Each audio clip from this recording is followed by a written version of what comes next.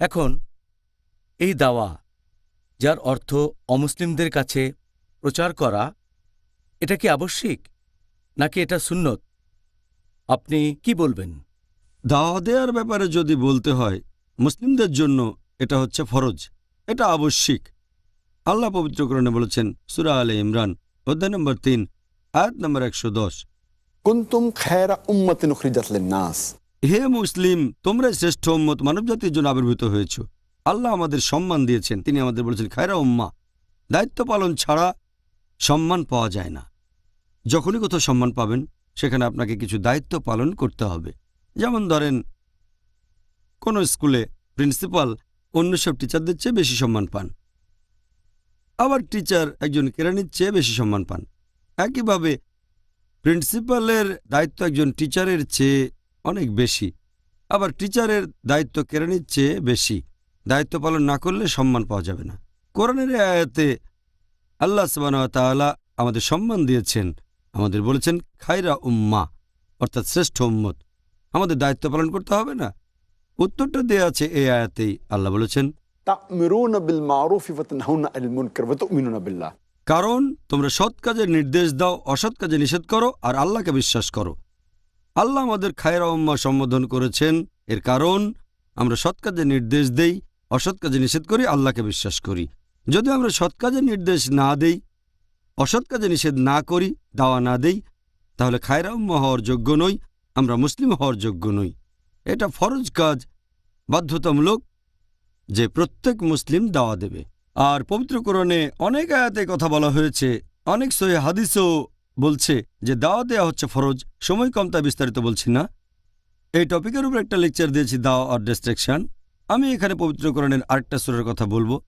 আল্লাহ পবিত্র কোরআনে বলেছেন সূরা আল আসর অধ্যায় নম্বর 103 আয়াত 1 থেকে 3, ওয়াল আসর ইন্নাল ইনসানা লাফি খুসর ইল্লাল্লাযিনা আমানু ওয়া আমিলুস সলিহাতি ওয়া তাওয়াসাউ বিল হাক্কি ওয়া তাওয়াসাউ বিস সাবর।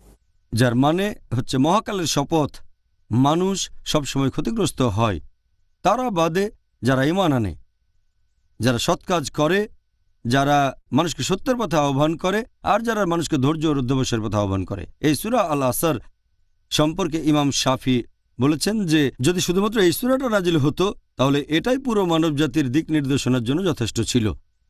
এটাকে আরও বলা হয়েছে রাহে নিজাত, মুক্তিলাভের পথ। কোনো মানুষ যদি বেহেশতে যেতে চায় তার 4টা শর্ত পূরণ করতে হবে। 1 নম্বর ঈমান, 2 নম্বর আমালে সালিহাত মানে সৎ কাজ, 3 নম্বর ওয়াতাওয়াসাউ বিল হক মানুষকে সত্যের পথে আহ্বান করা মানে দাওয়া, আর ওয়াতাওয়াসাউ বিস সাবর ধৈর্য আর অধ্যবসায়ের পথে আহ্বান করা। এই 4টা শর্তের যে কোনো একটা যদি বাদ যায় তাহলে সাধারণ পরিস্থিতিতে সে মানুষ বেহেশতে যেতে পারবে না।